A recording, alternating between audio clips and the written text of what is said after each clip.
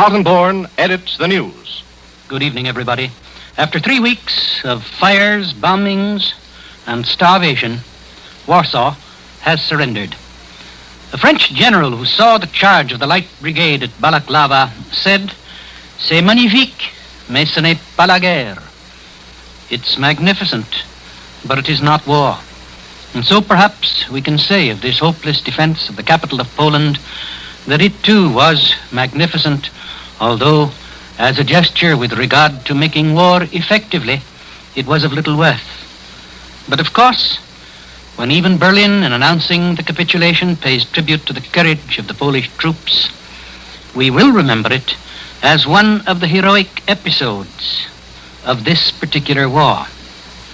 Perhaps the most pathetic thing about it all is the vain hope of the Warsaw garrison that somehow, sometime, there would come aid from the Allies. And that last message certainly carries its own pathetic message. It is impossible to expect immediate help from the Allies. This is the last message you will receive from us for some time. Yes, it is the last one, and yet, perhaps in a sense, it is not.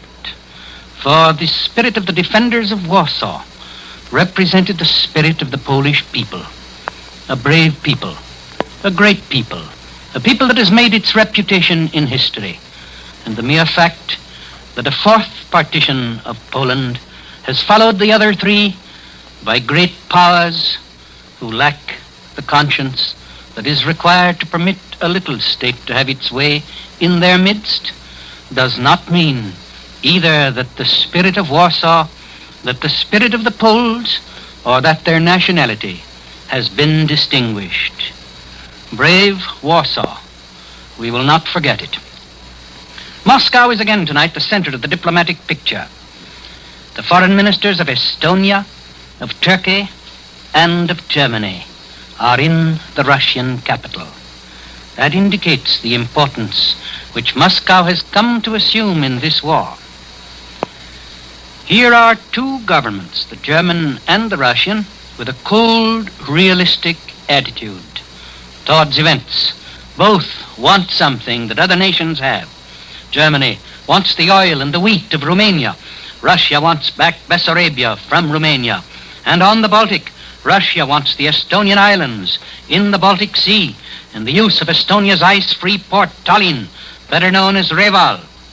And today Moscow announces that a Russian freighter has been sunk off the Estonian coast by a submarine.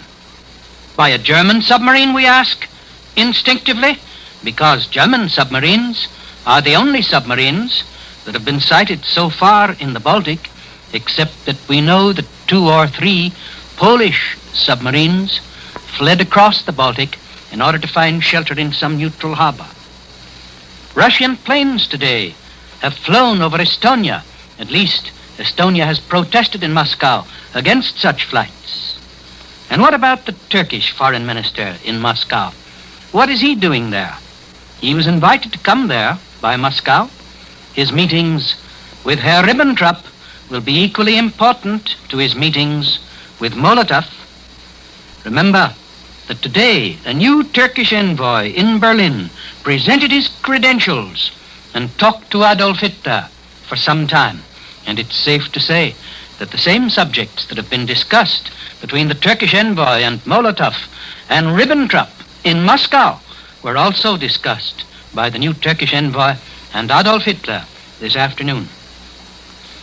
German aircraft have attacked a British fleet. That's something new in this war. That's a new type of air action. For 2 decades, war experts have bandied away at the question as to whether warships are actually vulnerable to aircraft. Well, what does the battle of today decide on that point? It decides very little, because the British and the Germans are in flat contradiction as to what has happened.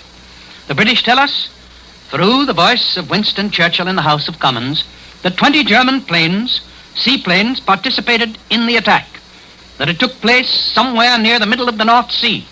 That would suggest that it was the British line of warships holding the blockade of Germany that was attacked by these German craft. It was a trip for the German planes of only a few hundred miles, imposing no particular strategic problem. The British admit that it was a serious attack, but they say that it failed completely, that it was made on a squadron of capital ships, that absolutely no damage was done, that one of the flying boats was shot down, that another one was damaged, and that a third was obliged to make evidently a forced landing and was captured with its crew. The Germans, on the other hand, as they make the report on this particular event, say that a British aircraft carrier was hit by a bomb and another battleship was damaged. Now, of course, let's say this, that sometimes a flyer thinks he's made a direct hit when he hasn't, and it's his business to get away in a hurry, and he can't stop and fly around the ship 2 or 3 times to make sure that he has hit it. For every second that he remains in the vicinity of that ship with all its anti-aircraft batteries going, that second may mean this particular flyer's undoing. And so he dives from a great height at a speed of from 300 to 400 miles an hour. And then as he comes down to a height of perhaps 5,000, possibly 3,000, 2,000 feet, he looses his bombs and then immediately shoots away at the same speed. It's perfectly natural that he should think that he hit the ship, because even a flyer does wishful thinking, and that he may not have hit it. At any rate, it would seem to be pretty difficult for the British to absolutely conceal the fact that any one of their major warships had received serious damage.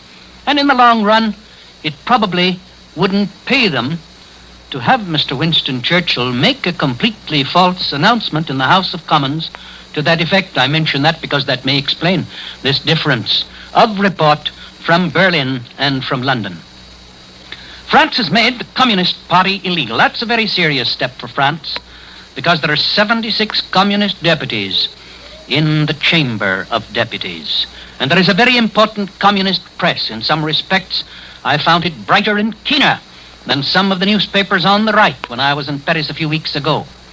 It formed part of the Popular Front under Léon Blum and his successor, and thereby participated directly in the French government. It's an end of the effort of the French Republic to strike hands with the communists. Many deputies had already resigned from the party and joined the socialists. It's the end of the Communist International, so far as democratic countries are concerned. And those misguided idealists who were so enthusiastic about the Soviet state, who saw it as anti-fascist, anti-war, anti-imperialist, now realize that it's really pro-fascist, pro-war, pro-imperialist. I visited the communist headquarters in Chartres, France, on a Sunday recently, and talked with a fine young chap who was in charge, and must confess that I was amazed at his impractical point of view with reference to the situation that confronted France. Well, these theorists now are pushed to one side. They're not going to have a chance to preach their doctrines in France, and they're going to have very much less chance to preach them successfully in any other country where men believe in decency and in democracy. The Chancellor of the British Exchequer presented his supplementary war budget to the House of Commons this afternoon. The British normal income tax goes to 35%. It's just as well for us to remember that here, if we have any desire to get into war, that's just one little indication of what war costs financially. And of course the taxes on beer, on wine, on sugar, tobacco, whiskey are going up even higher, and they were high enough when I was in England a few weeks ago. And war profits are to be taxed 60%, and inheritance taxes are to go up, and Britain is willing and expects to spend $8 billion on the war this year. The government-controlled radio of Berlin claims that England has demanded that Belgium and Luxembourg sell 90% of their iron and steel production to Great Britain. Well, I doubt that England has made any such flat demand. This is a report, of course, that is propaganda. They, of course, are trying to get all they can from the neutral countries around Germany in order to prevent Germany from buying it. And they're able to pay cash. Germany is not. So it's quite possible that all these neutral countries will sell England much more than they'll sell Germany. From the Western Front, I doubt that we get very important news about a big offensive soon. Most experts tell me that offensive is not coming overnight. I've just been reading Captain Liddell Hart's book, The Defense of Britain, and that explains in detail how costly those offensives would be. There are 64 votes for the President's plan on neutrality, we are told, now available in the Senate. That may be an exaggeration, but it's obvious that a big majority is available. The isolationists appear to have lost some strength because of the concessions that the administration forces have made.